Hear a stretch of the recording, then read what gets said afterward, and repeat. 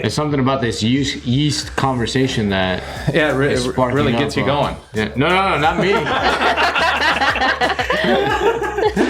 What's a bad piece of advice you've heard people telling others? That opening a business is easy. What success to you now? Freedom to do whatever I want, whenever I want, and like buy whatever I want. Yeah, not have to worry about any of that. Yeah. Okay. So money. I mean, money and time, you know? Like, right. I mean, it comes down to freedom, financial freedom, time freedom, all that stuff. But doesn't money buy all these things? Yes and no. Like freedom, time. Yes and no at the same time, because there's so many people that are super loaded, but they don't have time for anything. They have to do all this stuff all the time. That's a time management problem. In my life, I learned that success is not measured by wealth or status, but by the impact we have on others. It's the small acts of kindness, the genuine connections we make that leave a lasting impression. I've learned that adversity is the teacher in disguise. It builds strength, character, and resilience.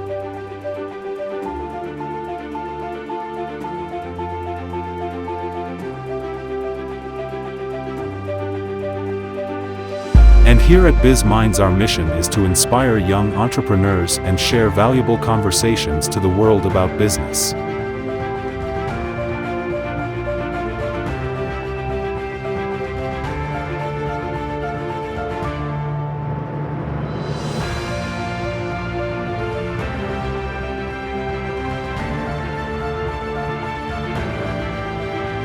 So join us in this amazing journey to inspire others to pursue their dreams.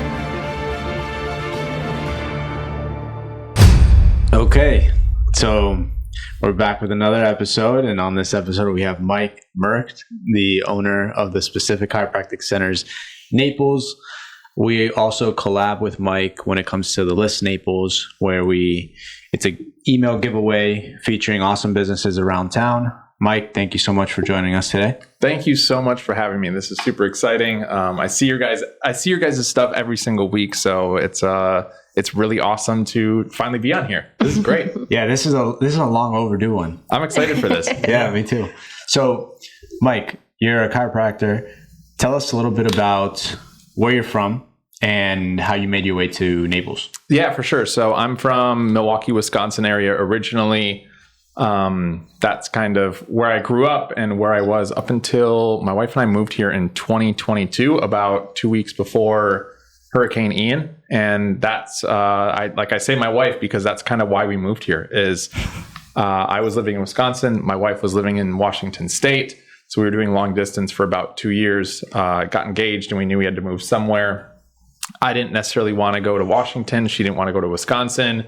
We knew we wanted to be by the water, so we picked Florida, and then we came and visited a few towns. And then once we visited Naples, we're like, this is amazing. It's beautiful. It's paradise. So we chose to move here. So yeah, nice, man. So You guys didn't have family members or friends here in Naples? Not really. I mean, we do have some friends. We have some family friends that live here, and then also some like professional friends that are other chiropractors or like business coaches, like Dr. Sean Dill, who's been on the podcast a couple of times. He's a good friend and colleague of ours. And then he's ultimately who actually like started the Specific Chiropractic Centers, which is like my office. So we're really technically like a franchise and a group of offices across the country that focuses on the same thing. And it was started by him and his wife, Lacey. Yeah. And why did you choose the chiropractic route? Yeah, awesome question. So I grew up similar to a lot of, I guess, boys my age, like doing all the sports. I did football, basketball, baseball, all the things. But I was mainly a lot more interested in things like skateboarding, wakeboarding, snowboarding, and then ultimately racing motocross. That's what I'm really passionate about still. I don't really ride anymore. I sold my dirt bike before I came down here, but I still watch all the pro races, all that stuff. What a lot of people don't realize is how physically demanding that sport is. It's similar, like Rodrigo, you can understand, it's similar to soccer where you need a lot of strength, but you need a lot of like cardiovascular as well. And it takes a toll on your body. So I began racing. And and I just started having a lot of low back pain. So my best friend I raced with, his dad was a chiropractor, so I went and saw him, which was great. I was able to get rid of my back pain, which was awesome. But something that was really kind of eye-opening to me is like my weekly headaches went away. And then also I noticed like my digestion got better as well. So I'm like, there's something to this a lot more than just quote unquote like back and neck pain, which is what so many people think of when they think of chiropractic. And chiropractors is like you go when you have a neck ache or a back ache or something like that. Where from early on I realized, okay, this is actually a lot more than that. Like I was able to get rid of my weekly headaches, and I didn't even like mention headaches at all, because I thought it was just something normal. I thought it was something that everyone has. And I think part of that is, you know, when you watch cable TV, which a lot of people don't watch that anymore, but when you watch cable TV, pretty much every other advertisement is an advertisement for some sort of drug company. So I thought it was just normal to have like headaches. And then if you have a headache, you just take Advil or Tylenol and it goes away. And that's just what everyone does. Where once I was under consistent chiropractic care, I understood that no, that's actually not the case. That's abnormal. And I mean, like when you really think of it, and when you think of it how I was thinking of it, of like, oh yeah, everyone has headaches, so you just take Advil or Tylenol. Technically in the thinking of that, it's like, okay, does someone get headaches because they have a lack of Advil or Tylenol in their system? Why were you thinking that way? Yeah. Wait. What age was that? I was like 15. Oh, you wow. were 15. Wow. Yeah. And it was one of those where I think just like in the American model of healthcare, there's just so many like drug and prescriptions pushed, which is totally fine. But it was just like normal to me that I just kind of always had it. I thought that was just somewhat like normal. They were never really bad. Like they weren't debilitating or anything like that, but they weren't like chronic. They were just annoying. Correct. Well, I mean, technically, like definition wise, it would be defined as like chronic because you had it every week. Correct. But it wasn't something to where it was like limiting me or holding me back. Granted, that was when I was 15. Like if I wouldn't have experienced that, I'm sure they would have progressively gotten worse and worse potentially. But what do you think it was from? Because headaches at 15, weekly headaches, yeah, definitely not normal. Right. So really what it comes down to is really like nervous system dysfunction. Nervous system regulation is a really popular thing nowadays on social media with a lot of healthcare workers and just more like health and wellness people. So what can happen is we can have nervous system dysfunction, meaning the body's really not working how it's supposed to. The nervous system is really like the fuse box to the body as a whole. It's the conductor of conductor.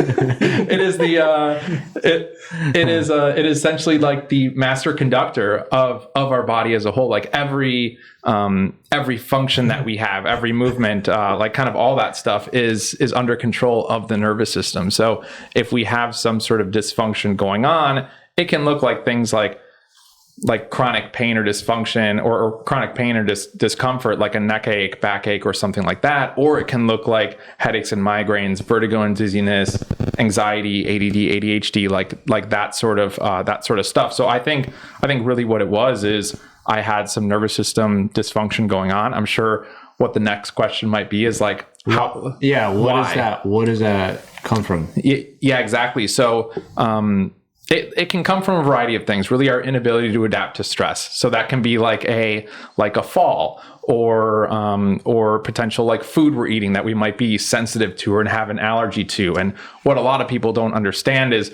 really one of the first ways that we might be exposed to that is through childbirth.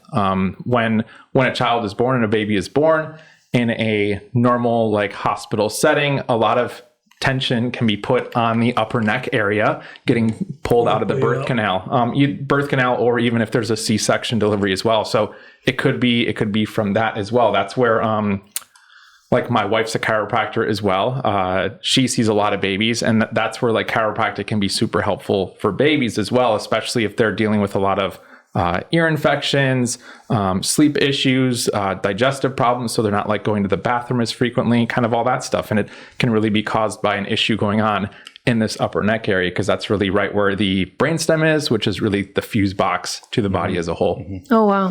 Well, that's interesting. Yeah. Are you good under stress? What do you mean by that? Like, can you handle like being under stress good? I mean, I think so. I'm about to say, does anybody really know if they handle stress good? They just handle it. Exactly. Well, do you feel that you handle stress good? Oh, yeah.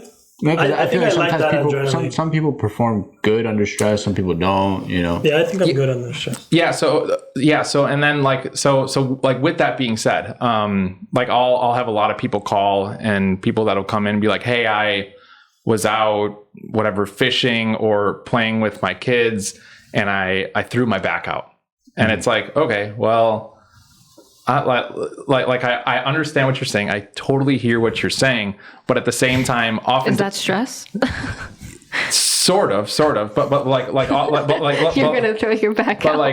but at the same time, what kind of happens is, and most of the time when that happens, I'll ask people and I'll go a little bit deeper. It's like, okay, what was actually going on in your life during that time? And oftentimes there was a culmination of a bunch of other things. Either they were having difficulty at work, or a relative or a family member just died, or something like that, where all of a sudden there was more stress put on our body. And then all of a sudden some sort of physical activity was almost like a catalyst, or almost like made our glass was already full to the brim, and that on top kind of spilled it over, and then we had some sort of issue, like I threw my back out or something of that nature. And I mean, the same can be said, and I've seen a handful of people in this area where they've started having like kind of these weird anxiety type or migraines or vertigo type situations, and we'll go a little bit further into their history, and they're like,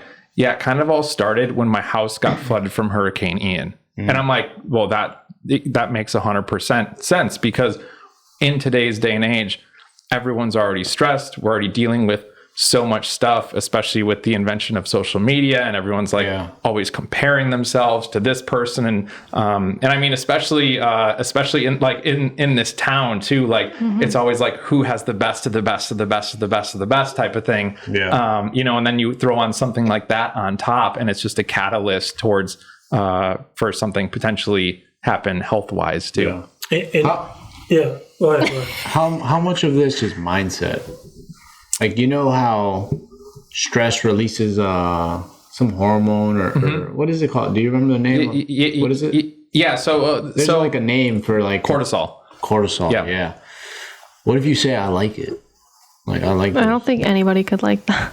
Well, I mean. What? Because, I mean, just like what he's explaining, I would think that your body is eventually going to have like negative reactions to having too much cortisol or whatever stress, like whether it's a panic attack or like he's saying throwing your back out or things like that. You're just going to randomly experience pains or aches or issues with your body because you shouldn't have that. I don't know how you could like it. So I mean, like I totally hear what you're saying, and like I get that, because like our mind is super powerful. At the same time, if we have some sort of issue going on that's causing nervous system interference. So for me, I'm an upper cervical chiropractor, so I work with the top two bones in the neck. So if we have a misalignment going on up there, and we've had it for however long, who knows? I wish I could know that information. It would help a lot of people. But if we've had that going on for so long, even if you say like I like stress, or like stress doesn't bother me or something like that, until we get that issue corrected, we're still going to have an issue going on. So like, even per se, I had someone talking to me. They're like, well, I'm doing PT, and if I do this too, will like negatively impact it? And it's like, absolutely not. If anything, it will help your PT, because suddenly our body's actually working how it's supposed to. So the PT that we're doing, our physical therapy that we're doing, can actually be more beneficial and more effective, because the body's actually working at 100%. Yeah. It's actually crazy how much like you don't know what you don't know, because I used to think that like a chiropractor used to be somebody who just cracks your back. Right. Yeah. I swear, because early on, videos would trend. Yep. With millions and millions of views of yeah. like a chiropractor putting like a mic really close to where they're cracking that person's back. Yeah. And that's what I used to think it was. But then even doing the consult with you, I realized like, oh wow, this is way more than just, hey, my back hurts or I'm having like tension in my back. Let me go to this place where they'll just crack it and I'll feel relieved. Yeah, for sure. And I mean, it's tough because videos like that, like they do get millions and millions of views, and with our profession, like we only reach a small percentage of the population. So it's like, okay, that's great, but there's a lot of people that see that and they're really like turned off. And at the same time, what's tricky is a lot of people see that and just kind of like what you said, oh, that's just what chiropractic is. Like that's how it works. Where in my office, like I'm in an office with myself and then my wife is there too. Both of us, we don't practice like that at all. So there's as you're saying that, there's like a thing where I saw they put something around your neck and they pulled like this guy, they yanked him. The way he screamed. So I could see how that would turn a lot of like make people scared. Well, yeah, exactly. So like so like that move, it's like it can potentially be dangerous for people, because I mean there's a lot of times where people get that done, and you're lacking specificity, so you're not really getting to the potential like root cause of what's going on. And I know a lot of times people do that and they won't even take like X-ray imaging beforehand. So it's like, okay, what if this person has something really messed up with their neck? Like what if someone just has a random fracture in their neck and then you're doing that as well? Like that is just totally uncalled for. It's unsafe. Right. And it's also really dangerous for the doctor, the chiropractor, and the patient as well. So that's why when someone comes in, they get a full assessment. We do a full assessment of their nervous system, kind of all that stuff through functional nervous system testing. And then we also do biomechanical x-rays where we put the head and neck into motion and see really what's going on. All my x-rays get sent out to another radiologist to make sure there's no fractures, pathologies, anything like that either. Kind of because of that, because like people are coming oftentimes with some serious like stuff going on. So I have to do my due diligence to kind of like check all the boxes off to make sure that that what we're doing is really safe. Granted, how we adjust the spine is different. There's no twisting or turning or like really cracking of the neck or back or anything like that. It's usually just like one quick adjustment is what's needed to fix their correction at that visit. Majority of the time, people do need to come in for a number of visits because they've usually had their issue going on for quite some time. Mm-hmm. So yeah. Did you work at another chiropractic location prior to opening up yours? No. So I graduated in November of 2015, and then I opened up my own office in Wisconsin in June of 2016. Oh, wow. Yeah, it was like definitely an eye-opening experience. And like it's really tough because looking back, it's like, okay, I probably should have worked for someone beforehand, so I didn't have to deal with all the hurdles. Well, yeah, exactly. Like I could focus on being a doctor instead of focusing on being a doctor and a business owner. Yeah, exactly. Because which is so different, right? What 100%. But at the same time, it's like, well, I wouldn't do anything different because it got me to where I am today. So like it is kind of tough with that. I mean, with chiropractic school, I was interning at a couple different offices when I was in school in Minneapolis. So I did get an idea as to what it looked like, kind of all that stuff. So the school I went to, we were lucky enough to where we could intern at offices in the community kind of right when we had the chance, where there's a lot of schools where it only offer that towards the end of your like schooling process. So yeah.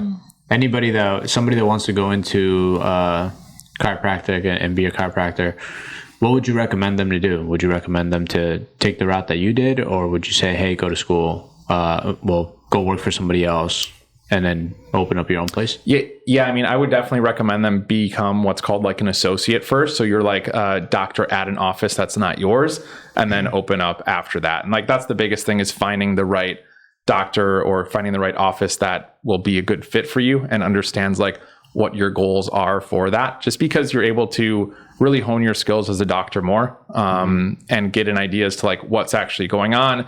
And you also get to learn from the lead doctor that like hired you as well. So, so it's not like you're just like flying by the seat of your pants. At the same time, that's why I wanted to join the specific on top of that, is because it's like, yes, I was by myself in my office, but at the same time there's a system. There's a system, and we have weekly calls where we can go over difficult cases, or if we have questions with like a set of x-rays we take, or like a community. Exactly. Like you're not just out on your own, you're actually working with a group of doctors to kind of guide you and hold your hand. And if you do have difficult cases, you can that you're kind of stuck on, you can get a second set of like eyes on it and opinions and whatnot. What are 3 business lessons that you've learned that you think by sharing can help somebody that's going into the same industry that you're in? Yeah, man, that's a really tough question, to be honest. Like three things I learned. Oh yeah. Definitely work for someone else beforehand. That's going to make your life a heck of a lot easier. It doesn't have to be complex things either. Sometimes things that are simple that we didn't know can help somebody. Yeah. Something I learned really early on is, and still to this day I don't really do it, is I don't accept like prepayments for people's care. Meaning if I see someone and I'm like, okay, they need this amount of visits and it's probably going to take this amount of months. In the beginning, I was allowing people to like prepay, which was great. Like a deposit type of thing? Not necessarily. Or like pay the whole amount ahead? Pay the whole amount ahead, or almost like they're buying just like a package of visits. Okay. Which is totally fine. And in the beginning phase, it's really great because you're getting all this cash flow like into your bank account. But people stop coming or something? Then you have to serve.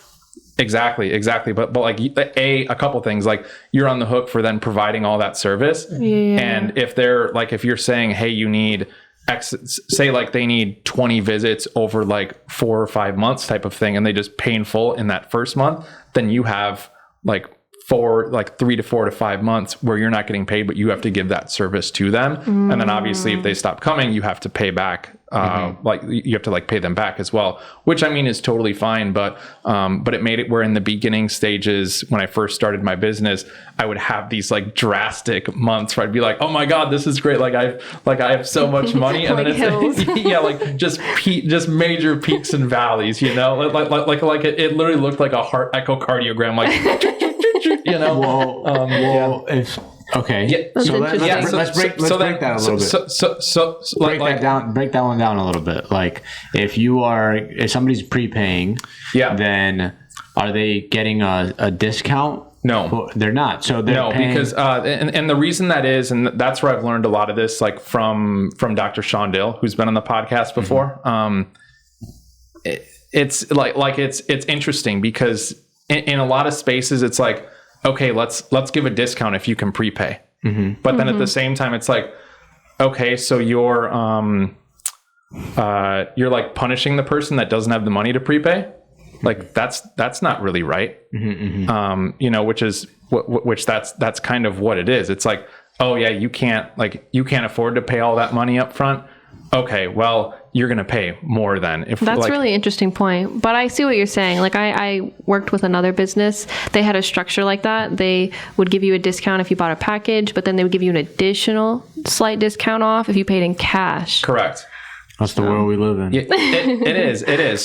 So now pretty much whenever anyone comes in and they need some sort of care plan, basically what I do is I just break it down into monthly bite-sized payments.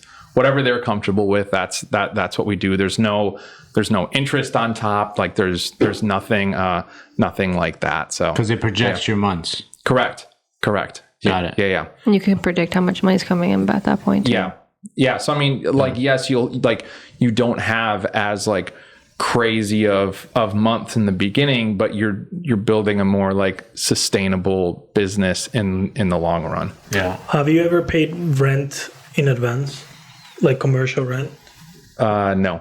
Mm-mm. So in retail, sometimes you can, let's say you have a 12-month contract, you can pay 9 months just by paying everything up front. Sure. So what do you think is the difference between something like that and like a membership or package that you sell? Like, yeah, because a lot of the people that are coming to us, like they're struggling with some sort of health challenge, and it's not just like a business expense. It's like, hey, I have an issue going on, and I like need help with this. And some people, they do have the means to like pay in full, where others don't. So yeah, kind of like what I said, I don't want to punish someone for not having the means to like pay in full for their care type of deal. I know that doesn't really like totally answer your question. No, that's a good answer. But at the same time, it's completely different, because it's like business versus like health, or like being a healthy, normal person type of deal. Do you think that somebody because I feel like the prepaying can hurt you. This is my assumption. Correct me if I'm wrong. I feel like the prepaying can hurt you if you're new in business, don't understand cash flow, and you had this spike this month. Let's just use it like a random number. Let's say $10,000 that month. Yep. But then you forget, because you're wearing a million different hats, that the next 3 months that's most likely not going to come in, and then you spent the cash flow that came in, and then you're like, have you ever been in that situation, learning in the because you started in 2015, correct, with your place? I mean, I opened in 2016. I graduated 2015. So with that being said, in pretty much every state law and whatnot, that's like you're not supposed to do that. In regards to like, if someone prepays for care for you, you have to have a separate bank account where that money goes.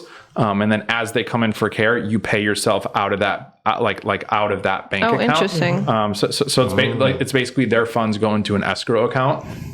So they're like held there. So if they stop there, you're guaranteed to have the money still to to refund them. Exactly, to refund them. Yeah. Gotcha. So what would be the point for them to pay early? What would be the point of it? Yeah. Like they just want to. What do you think? Correct. They just want to spend more. Not more, but they just want to get the payment out of the way. Yeah. So there's got to be a benefit if you pay something in full, right? No, not necessarily. Because I mean, look at every place online right now. Like I could let's hear it, Mike.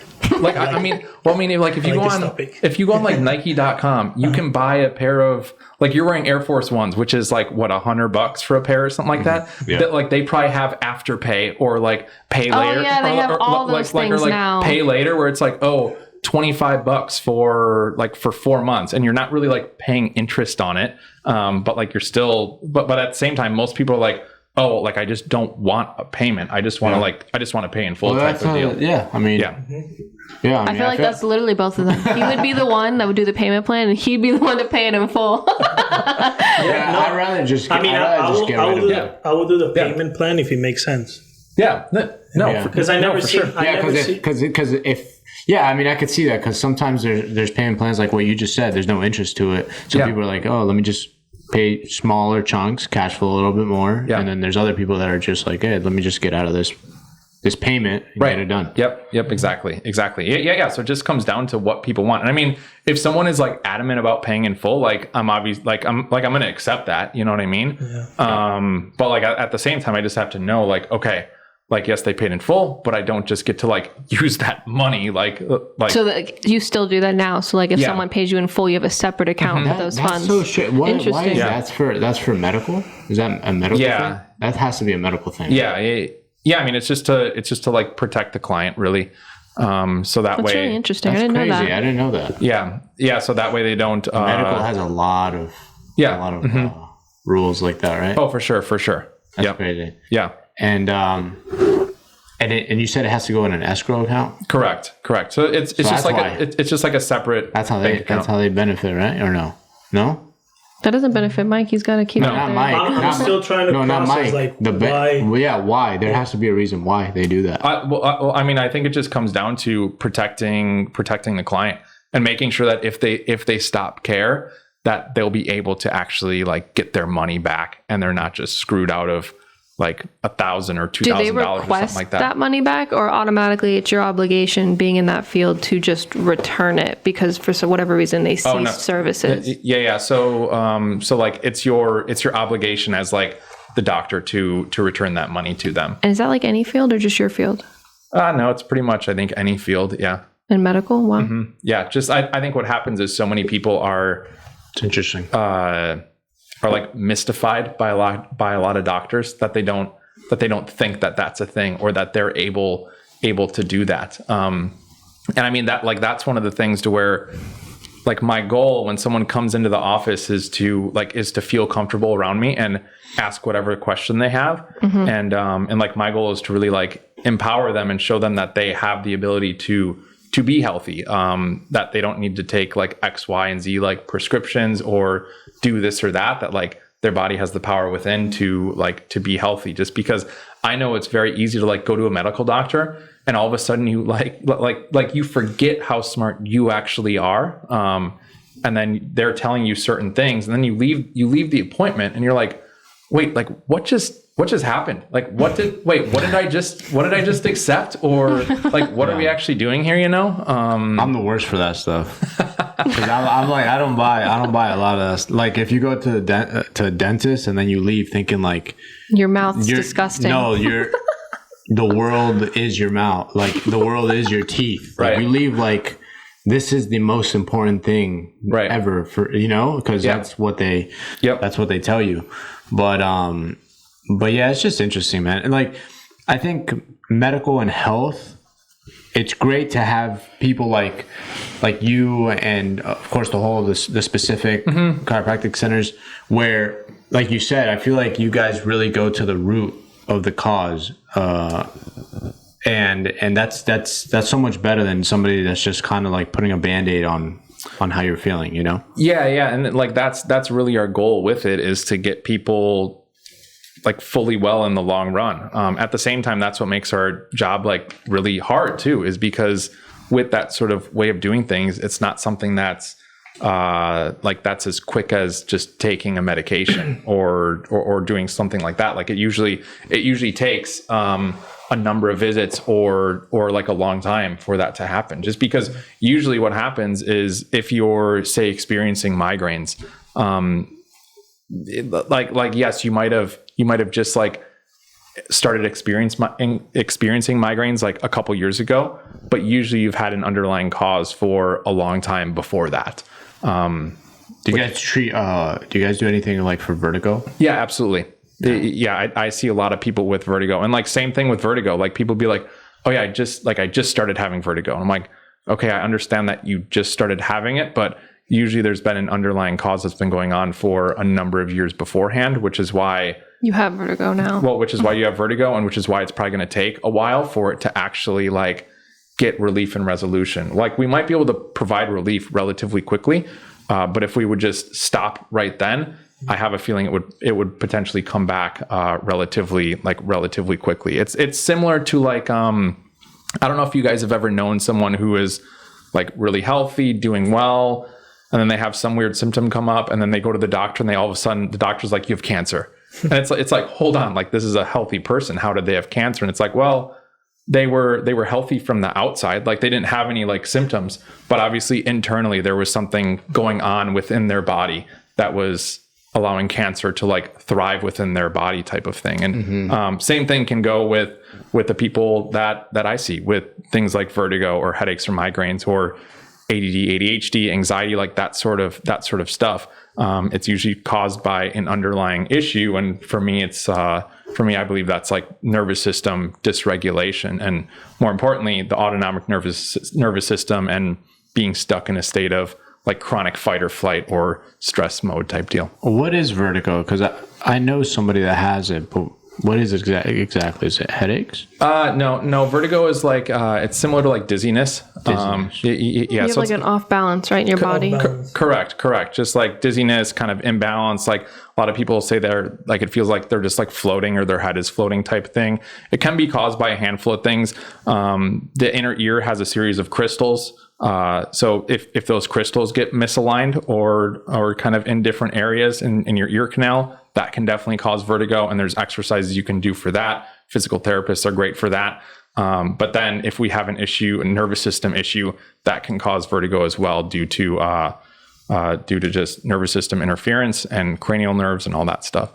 Got it. Yeah. Got it. Let's talk about some sourdough. Yeah. What do you want to know about it? No. But don't you have one coming up? No, we had one actually on Tuesday.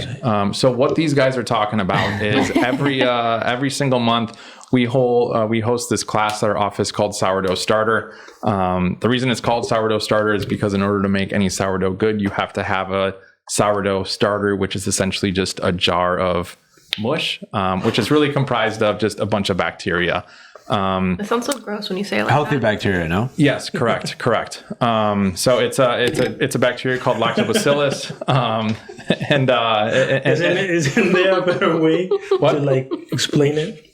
I mean, like yes and no, yes and no, but at the same time, like this bacteria is a naturally occurring bacteria in your body. Yeah. It's actually like in women when they're about to give birth, it actually really? So it resides in our gut, and in women when we're about to give birth, it actually exactly it actually travels to the breast and helps with breast milk production as well. Learning a lot here, Mike. Yeah. You're talking about yeast, no? Yeast? No. Oh. We're talking about bacteria right now. But hold on. Isn't the yeast the yeast is a starter, right? The starter is bacteria. But in the yeast. No, you use yeast in the starter to make the bread, no? No. Oh, well, you explain. No, so anyways, I'm gonna go back a little bit here. So for the people watching and listening, the reason they asked me this is every single month we host this class at our office called Sourdough Starter. It's not like he had a bakery for 10 years. Yeah, exactly. But I forgot so many things. Anyways, we host this thing called Sourdough Starter where once a month people come in and we teach them how to make a different sourdough baked good. With that, they leave with their own sourdough starter as well, which is what you need in order to bake any sourdough good. Now, the big thing with sourdough, which is what you were getting at, Rodrigo, is there is no commercial yeast or like added yeast ever used in your recipe. Mm-hmm. That's what makes sourdough like so powerful. That's also what makes it healthy. So most sourdough recipes, you have what's called a bulk fermentation.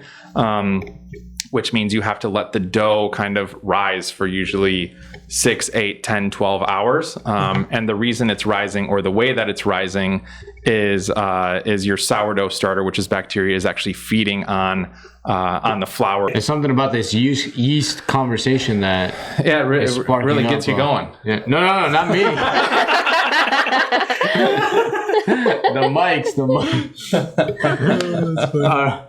And how often are you doing them? We do them once a month. Once a month. Yeah, and basically how it started is just a way to kind of teach people to or teach people and show people that it is easy to actually like take control of your health and make healthy things at home, such things as bread and whatnot. I mean, if you go to a grocery store and you grab a loaf of bread, you look in the ingredients, and there's so many ingredients where when you really get down to it, like with sourdough stuff, you have your sourdough starter, which is the bacteria that ultimately causes the bread to rise, and it does produce yeast as you bake with it. So you have the starter, you have flour, you have water, some salt, and that's kind of it. I swear, I think that with all the ingredients in stores with different products, that they're just trying to poison people. Yeah, pretty much. Well, seriously, those things, I don't know. In the long run, I guess they have to have some sort of like side effects where like maybe you have bad gut health or something with your brain or something. Because why do you need 50 ingredients for like to make something so simple. Well, yeah, for sure. And I mean, if you can look at the same exact products in America versus like Europe, and the ingredients will be vastly different. It's crazy. And I don't really know why. I think I'm not sure. I mean, I kind of know why. I think insurance, medical. Well, yeah, I think in America they can just get away with more stuff. So they're like, okay, let's just add this stuff to make it ultimately cheaper for us to make, so we can have a higher profit margin. Yeah. Yeah. And I feel like big companies just have their hands. Oh yeah. In all of that. Yeah. And at the same time, that's what makes it kind of difficult for us to educate like our clients too, because that's part of my job too, is to go a little bit more in depth in their lifestyle and kind of what they're doing and what they're eating. And there's so many great like organic snacks and more like clean like household items and like personal care items. But what's tricky is a lot of them will get really popular and take off, and then they'll get bought up by some sort of like holding company. Yeah. And then once the holding company takes over, there'll be times where suddenly like the ingredient list kind of changes. Gross. Exactly. Yeah. Goes down the toilet. Yeah. Where do you guys like to shop here in Naples? A bunch of different places. With that being said, I have created like a free grocery guide for people. Oh, really? I'll take that. Yeah. Which I give a bunch of different tips as to where to go. I mean, we'll go to like Food and Thought for sure. Trader Joe's is a big one. We'll get stuff at Costco as well. We don't really go to Whole Foods very much. We will if we need something. Circle C Farm, if you're familiar with that, that's in Bonita Springs. They have a little like farm store where you can get a lot of great like meat from their farm in the middle of the state. Something that a lot of people don't totally know. I'm not going to gatekeep this one, even though I should. It's this guy called Dilly. Dilly's. Oh, yeah. Yeah, so like Dilly's Fish Market. Yeah. That's where George. I think that's where George went. My family's been here for decades. Fish? Nice. Yeah. So they recommend that place. Yeah. For, like, that's the downtown? freshest. No. So he sells to just normal like people once a week, every Friday. Opens at noon. He's at Mike's Bait House, which is down the road from like Celebration Park or the food truck park. That's where George went. Yeah, our brother-in-law went to go buy. Nice. Fish there, it was good. Yeah. So he's kind of one of the few places that I've seen that sells like fresh caught fish from the Gulf year round. He sells to a number of restaurants. I know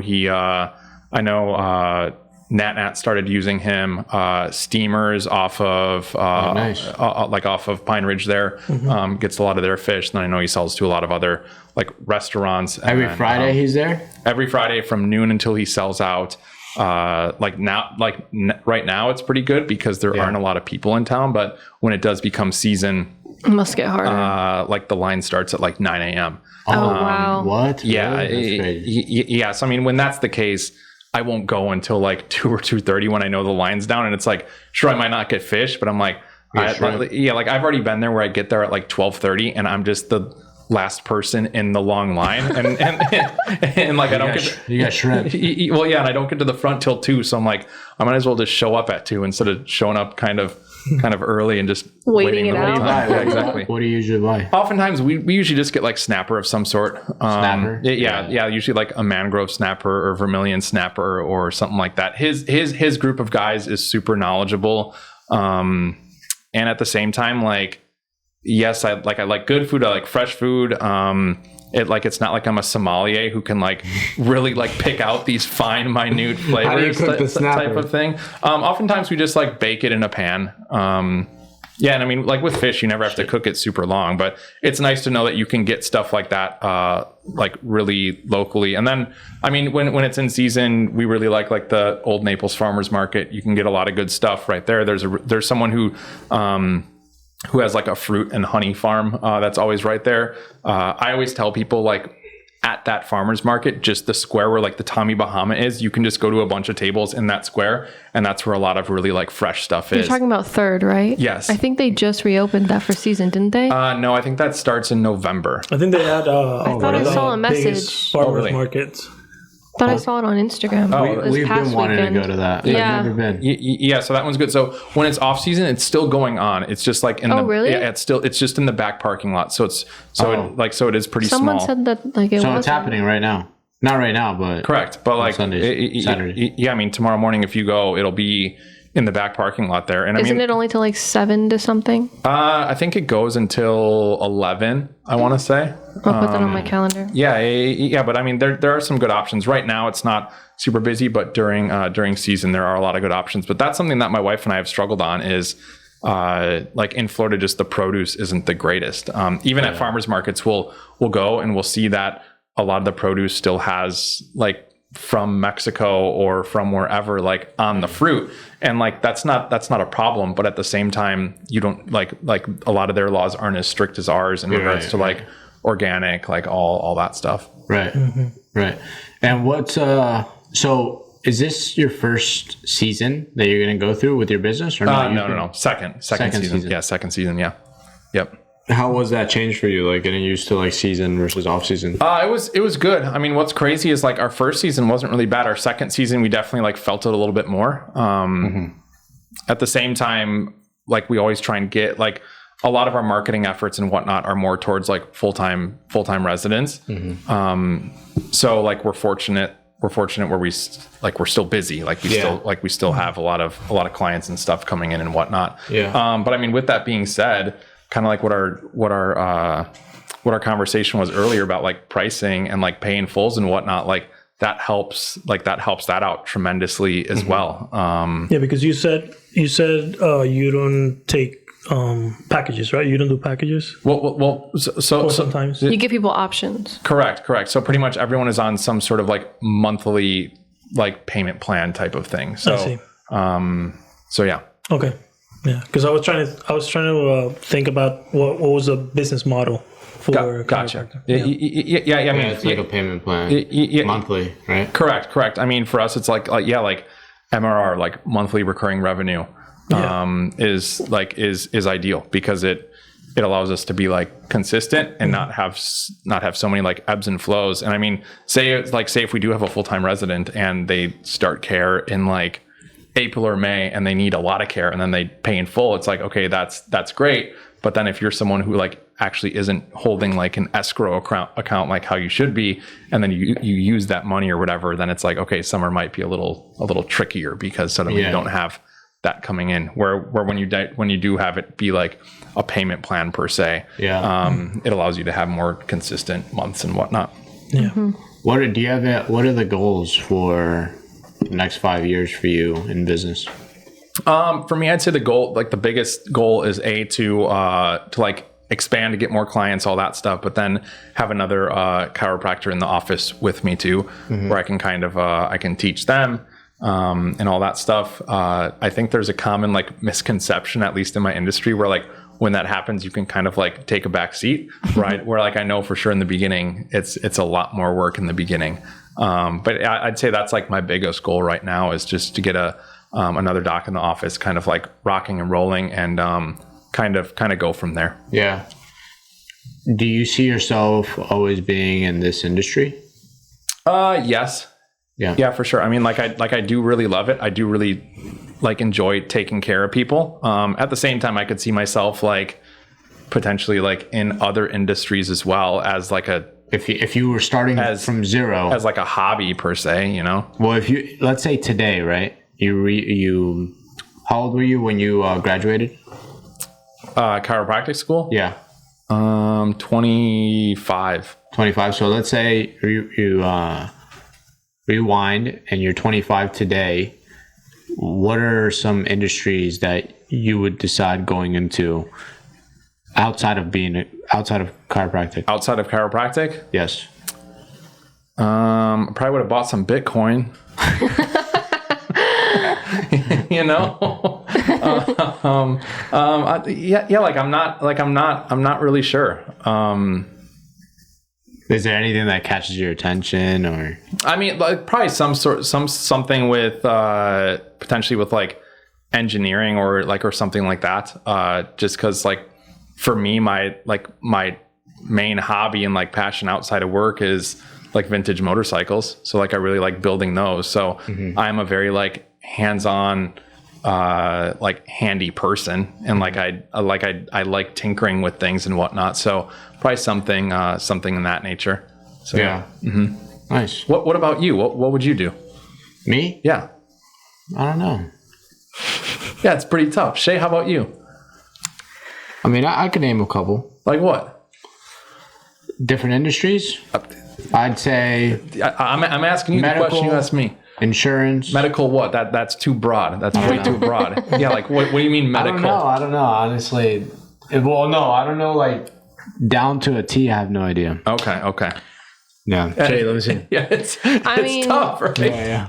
For me, I feel like based on the experience I have so far in life, if I wasn't doing this, I probably would have ended up doing something in like the fitness industry. Gotcha. But other than that, I'm not really sure. Gonzalo? Me, I think from all the things I've done, I think this is the one thing that like gives me enough time to enjoy what I do and like to help people with business. I love business, so like any type of business, and I think this gives me the opportunity to like tap on different industries and learn them and be able to contribute to the things that I know, and at the same time do a podcast. Yeah, that makes sense. Meet people. I think this is so far. I'm doing what I like to do. Yeah, that's all. I love that. That's great. Yeah, but I mean, there's different industries to go into. If I could tell like my daughters, I will tell them. Like I have a pretty good idea now, comparing to maybe 20 years ago, of what to do, what makes more sense. If you're looking to spend a lot of time into. You guys heard that? I thought it was I forgot I was on the mic. Should have leaned back. Maybe. I guess it comes down to what you're looking to do and what you're looking to get from it, right? Yeah, that makes sense. You know, you want some time. Why'd you go into business, Mike? Yeah. Why'd I go into business? Why do you think people go into business? I think, you think it's solely to make money? Or the big reason is to make money? Because you could do what you're doing, you could go do it for somebody else. Yeah. But I mean, I think ultimately it comes down to like freedom. But for freedom, you need to make money. Because then if you go into business and then you're struggling, you don't have freedom because you're just grinding it out. Not necessarily, because I mean you can still have freedom. How? You're just not good at your job. Yeah. Because what do you mean?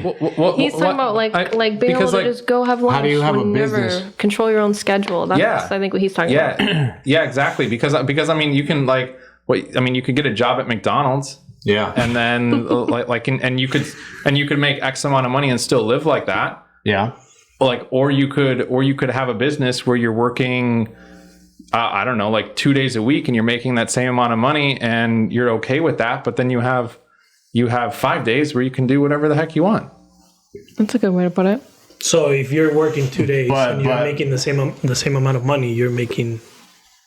I mean, but you have days. But you have all this liability now of owning a business. Yeah, but you still have the freedom that you probably set out for that you wanted. So you think people go into business more because of freedom rather than? Yeah, I think so. Rather than getting, let me ask you something. For sure, absolutely. This is a very interesting topic. It's a very interesting topic. Yeah, so because how do you think? So if you wanted to manage your business, right? Damn. And you need to put somebody else in place in your doing what you do. Yep. How do you do that? What do you mean? How do I do that? How do you achieve that? Like how can you hire somebody else to do what you do so that you can work on the business, not in the business? Okay, so and have more freedom. Yeah. Which okay. So like I like that question because I've started doing that a little bit more. As of last month, I've started taking Tuesdays off from like seeing clients, and that's just like a CEO day where like I work on my business. Okay. Like essentially to free up time elsewhere. But then like how you hire someone, that's especially in my world, it is somewhat of a complex complex thing. I mean, I can break it down for you if you want. No, I I mean, feel like it'd be complex for any industry. I feel like in business it's sales. That's my opinion. Like, I think that sales in business makes a business. But the only And difference then- is you need someone to Yeah, the only way do you're gonna the work. Yeah, but the only way you're gonna hire somebody is if you have the money to pay them, because and that buys you time. right. And That's his equals CEO to- day. No, I know, but that's for Mike. With you're talking about your CEO day, like you yourself, not that you're taking that day off and somebody's in there working. Right. Like, So yeah. yeah, I mean it's just interesting. We got to start asking that question at the beginning of the podcast. You know why? Because I feel like that can stem into. It's interesting because everybody's perspective is different, but I feel like, because I think to myself sometimes, like, and I like that you said freedom. People go into freedom because it's a different opinion, and it's interesting because then it makes me think a little more on that topic. But I feel like if you're going into business, yes, of course you have to like check off the most important box, which is you're going into service or like believe in what your product or your service, right? And that ultimately you're going in to impact people, right? Because that's how any business grows, is by the amount of impact that you make. But and you have to believe in what you're doing. But besides that, I feel like it's also you're going into business to make money. No, like sometimes I feel like that's, even saying that, I feel weird saying that, because sometimes I think it gets like taken a certain way, like, oh, like, Yes. I'm assuming based on everything you guys know, like you guys know who Gary Vaynerchuk is, yeah. Mm-hmm. Like Gary V. Yeah. And like he'll talk about this, and he's talked about it for for a long time, where someone could be a good business owner. But they could maybe be an even better, like, higher up at Microsoft. Mm-hmm. And they're like, if you're talking about that, like, they're probably making more money being a higher up at Microsoft than owning a business. Yeah, and they don't have the stress. Yeah. Maybe they have a different type of of stress. Mm-hmm. Yeah, but you don't have the freedom. Right. Mm-hmm. So it gets me back to. But when we were in the bakery, we didn't have not one minute of freedom. That's what I was going to go back to. But isn't that what you guys learned now? Is what you appreciate? Which also comes down to our to one of the topics we talked about earlier in regards to like. It comes down to what type of business you're in, right? Yes. Because like if you're in a service business, it's a lot different than if you're in a bakery or retail. or retail. Yeah. And then also for us, it's like, okay, someone needs X amount of visits because they've had migraines for 6, 7, 8, 9, 10 years. They're going to need visits for 6 to 8 months. Okay. What we're doing is like, it's going to take X amount of visits to get that handled. It's going to cost this much money. So we're going to divide that over 8 months type of deal, which in turn gives them the care that they need and the results that they need and the resolution down the line, which is great. But it also provides me the freedom by having them pay that way to where I don't have to like totally count on me being in the office, like for my revenue to like. Because the revenue is there. Correct. So and you don't have to worry about sales because it like you balance it out by spreading it out. So doesn't it go back to like because I love numbers, and if 1 + 1 = 2 and that, right? And I feel like in business, of course, it matters, the vehicle, right? I think retail sucks, honestly. Like it's the worst thing you could do. But it gives you a lot of experience on how to handle service-based businesses. So, but then ideally or eventually it comes down to how much you can generate to buy your time back. Oh, for sure. And like with me saying that, it's not like I'm on vacation like multiple times a month or something like that. But I just feel like if somebody told me, hey, I want to go into business because I want freedom, my first thing would be like, why don't you just go work for somebody? Because I feel like a 9 to 5, you clock in, clock out. there's your freedom. True. Because I feel like business, especially the beginning stage of a business, even service-based business, it's not normal to scale and grow fast in a service-based business because the service provider is usually really good at the service and they suck at the business and they don't know how to delegate, right? So, or even implement systems to continue to grow and have steady cash flow coming in. So I would say, like business, even service-based at the beginning is like you have golden handcuffs because you really have to keep putting in that all these hours, all these times to grow that monthly recurring revenue to a point where, right, when you're like, yeah, I could take this day off or work on the business rather than outside. That's my opinion. If you want to try to avoid the ups and down months, I think that the amount of time you put in is going to, that's the great thing about service-based business. So you put a lot of time in and you can start seeing it, the monthly recurring revenue build up. Yeah, you can. Yeah. And it starts giving you that freedom. Yeah. But like, and with that being said, like, I think back to like my wife and I, like if we had 9 to 5s, we wouldn't be able to see our families like nearly as much as we do right now. Yeah, you guys take a lot of trips. Yeah. Not a lot, but I mean like a good amount to go see your family. Correct. Yeah. I mean, a lot of times, like I still have a bunch of clients in Wisconsin. So like, so you work over there too? Yeah. Like I go up there once a month to see my clients in Wisconsin. So I mean, that's pretty cool. So like if I had a 9 to 5, I wouldn't be like afforded that opportunity to like go up there and see them because I wouldn't be able to take like these days off to do that type of deal. Well, if I came to you and I said, hey Mike, I'm not in business. Yeah. I said, hey Mike, I want to go into business.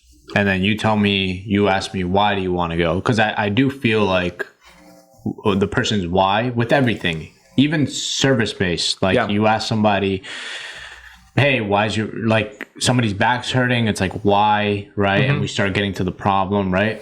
I feel like majority of service-based businesses is like that. So I would ask that person why. And then if I said to you, like if I'm the one asking you, Mike, freedom, what would you tell me? Yeah, I mean, would you say go into a service-based business for freedom? Depending on what the service is, yeah. Okay. But like at the same time, the person has to understand like what they're getting themselves into, and they also have to understand like what does freedom look like to them, like type of deal. Because at the same time, we can talk about freedom in regards to like it's also freedom to finances too, because you're the one that holds the key as to how much you make. Where with a 9 to 5, like you're not really in charge of that. Like that's the boss or whoever you're working for. Yeah. So, and then on the flip side of that, you also don't have any liability with the 9 to 5. Well, everything comes with the price, you know? Yeah. Yeah, it's interesting. Yeah, it's cool to get different perspectives and thoughts on it, because I feel like a lot of people don't even think about that. Like they think about the problems they're experiencing in the 9 to 5 or why they want to get out of it. Right. They don't even think about the liabilities. And let's take the time to talk to another business owner. They don't even think about that. No, like that's why it's super gnarly, you know. Yeah. It's like it's not for the faint of heart, you know. Like it's intense. That's why I feel like it's good to have these conversations, because I think going into business is the hardest thing somebody can do. In my opinion, seriously, I think it's the hardest thing that you can do. 100%. I do understand what you're saying though about freedom in a service-based business that has monthly recurring revenue coming in, because it is 100% a much different vehicle than retail, right? Like retail. You're it's so different. But then again, I also think like but majority of businesses fail. Right, like the majority, even in service, or they hit a plateau very quickly, and then you kind of don't. Now, like that person's a little frustrated with like, how do I get over the plateau? Do I delegate? All this stuff. Yeah, so I feel like going into business is the hardest thing somebody could do. It is. But it's great to have these conversations. That way, at least people are aware. Even one person, like knowing, because I feel like it trends to go into business like the cool thing to do, and all these pros about it. But it's good to talk about the cons. Well, for sure, and I think that's one of the reasons why why the list is so powerful though too, and what we're doing with the list Naples, and how that impacts businesses and also helps businesses is we're giving them also like publicity and like a way to kind of help them out and whatnot. I want to ask you a question. Yep. Being in business, how many years are you in business now? 2016 to 24. Yeah, so 8 years. 8 years in business. Yep. Okay. Being 8 years in business, do you feel like you have an idea on what the path is to scale? Like what the path is to go from a team of 1 to a team of 10? No, not really. No.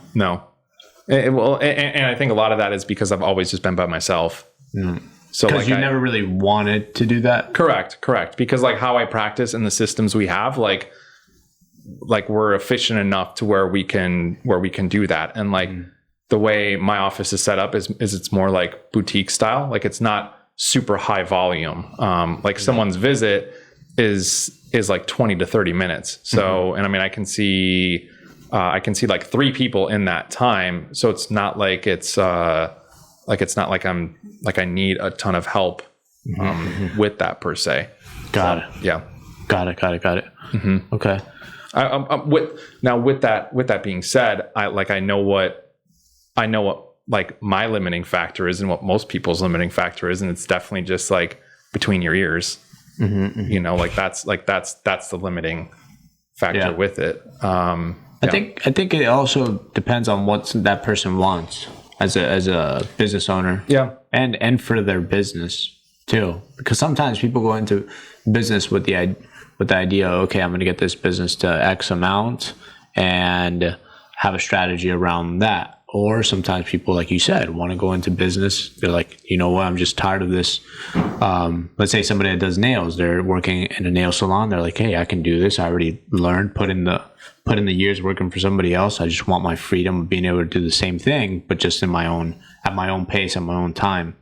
And then that's one way of doing it, right? Compared to somebody that like is going into an industry and they're saying, hey, we need this amount of people, we need to get to this number, and we have an exit, right? Like completely different strategies, but still both people going into business. Yeah. Well, yeah. And I mean, you also have to look at, like overhead too. I mean, I've been in like business masterminds where like people are talking about their numbers and whatnot. I'm like, hold on. You're $1 million practice, but your overhead is $800,000. It's like what and like at that, and it's is like that from having a bunch of employees? Yeah. Yeah. So it's like, okay, what's the point of scaling like super a lot like that if that's what you're going to like get to, or you're going to be doing all that work for just that little bit amount of money. And I mean, I do think that there's a lot of businesses out there that are out there where they do have to bring in a crazy amount of like gross revenue to like to have that sort of like net profit type of thing where like I'm kind of the opposite. It's like, okay, I want to keep things like ultra efficient. So I don't have to produce like a ridiculous high gross revenue like that per se. Yeah. I think it all comes down to what you like, because everything comes with something, right? Yeah. Like the more people you have in your team, the more money you have to generate. Oh, for sure. More stress, right? But what do you think Gary V's overhead is? 3,000 employees. It's got to be crazy. Yeah. But at the same time, also one of the reasons why at least I go into business is to create, right? So, because let's say everybody will go into business and they will be the only person working for the business. There will be no employees, right? So it comes down to what you're trying to do at the end of the day, or want, or like, or know how to do. You know, because that all matters. Yeah. Well, yeah, exactly. Because I mean, for me, it's like we talked about in the beginning, probably working for someone would have probably been a better option, like for me to learn. But at the same time, where I was in Wisconsin, all that stuff, like there was no one practicing how I wanted to practice. So it's like I want to practice this way because I believe this is like the best way to help the people that I want to help that are a lot more like chronic and sick. and all that stuff. So like for me, it's like, yes, I grew up with my dad owning a business and all that stuff. Like I see how hard he worked, and like the luxuries it afforded us, like growing up and whatnot. So like, yeah, it did like gave us freedoms and all that stuff. But ultimately came down to like, okay, I want to help the people that I really want to help. I want to get these sick people well type of deal. Yeah. What industry was your dad in? Auto body. Auto body. Mm-hmm. Yeah, which is how I got into like motorcycles and cars and all that stuff. Got it. Mm-hmm. Yeah. Nice, man.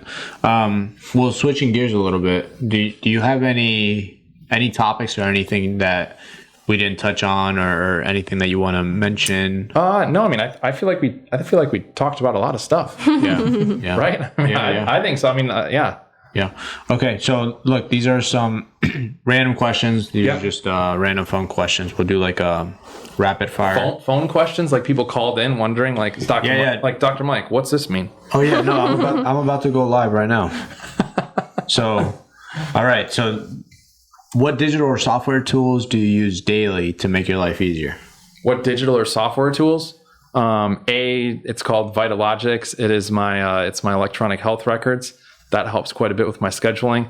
Also, the thing that is probably the most vital for my office is called Titronics. Mm-hmm. It has to deal with my computerized infrared nervous system scanner. So, like, if I don't have my Titron, there's no way for me to actually like give care to someone.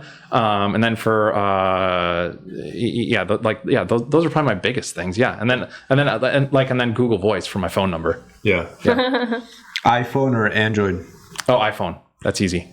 If you can only eat one thing the rest of your life, what would it be? If I can only eat one thing the rest of my life, what would it be? Mm-hmm. Sourdough. That's what I was thinking. No, not that. I'm trying. I feel like it's kind of a tie. Like it's probably pizza or curry. Pizza or curry? Yeah. Is Wisconsin known for like a type of food? Cheese. Cheese. Yeah. Is Culver's from? Yeah, cheese and frozen custard. Culver's is Culver's. Cheese curds? Yeah, cheese. Yeah. So Culver's love cheese curds. Yeah, Culver's is from Wisconsin. Do you prefer winter or summer? Summer. What is your? Hold on. In Florida. Oh, in Florida? Right. Oh, winter. Winter. Yeah. What is your favorite holiday? Christmas. Do you prefer beach or pool? Beach. Fifth Ave or Mercado? Fifth Ave. If you can only work 2 hours a week, what would you do in those 2 hours? Just adjust a bunch of people. If you can have lunch with anyone dead or alive, who would it be? Anyone dead or alive? I'd probably say Travis Pastrana. Yeah. He's a skateboarder, no? No, he's like a motorcycle guy. Oh, motorcycle, Yeah. I was close. Yeah. X Games, you were right there. X Games. It's got wheels. Yeah. Favorite restaurant in Naples? Malto. When you think of the word successful, restaurant or pop-up? Restaurant. Okay, yeah, Malto. Pop-up is only doubles for sure. Yeah. When you think of the word successful, who comes to mind? When I think of the word successful, who comes to mind? I don't know. I don't know. I'm trying to, no one really comes to mind. Well, what's success to you? Well, no, I guess my parents. I look up to them. Yeah. Let's just stop there real quick. What's success to you? When you're 80, 90, and it's your last breath. No, because that's what? That's an easier question. What's success to you now? Right now, I'd say the freedom to do whatever I want, whenever I want, and buy whatever I want. Yeah, not have to worry about any of that. Yeah. Okay. So money. I mean, money and time. You know, right. I mean, it comes down to freedom, financial freedom, time freedom, all that stuff. But doesn't money buy all these things? Yes and no. Like freedom, time. Yes and no at the same time, because there's so many people that are super loaded, but they don't have time for anything. They have to do all this stuff all the time. That's a time management problem. Yeah, it is. Yeah, because the money's there. It's a time management problem. Yeah, you probably need to hire more people to do stuff. If you have a lot of money, you don't have time, you have a problem. because you That's can true. use that money to buy other people's time Yeah. so that they could be doing what you're doing. Yes, but Literally. yeah. But I mean, like at the same time, if potentially you have to, if you want to stop doing that, maybe your job, maybe you'll lose all your money. Who knows? I don't know. Yeah. Anyways, next question. Yeah. If you can choose any other career path, what would it be?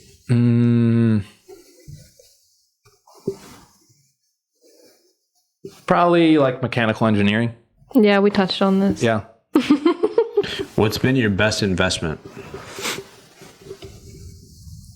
Myself. What's a bad piece of advice you've heard people telling others? That opening a business is easy. Yeah. Yep, that's pretty much it. That wraps it up. Mike, Nice. thank you so much for taking the time today. It was a great conversation. I feel like we went all over the place with it. Yeah. It was Learned good. a lot. It definitely gave me a lot of idea and thought to His industry? your industry, but also just business opinions and different perspectives. And on business. get to know you better. Yeah. You know. Yeah. This was great. Yeah, we love discussing, different points of views. I think that's the beauty of business, right? Everybody has different opinions, different, ways of doing things, and yeah, no one is right or wrong. Yeah. Yeah. Thank you. Thank you for your time. Thank you, man. Thank you guys. Appreciate it. Thank you. Thank you.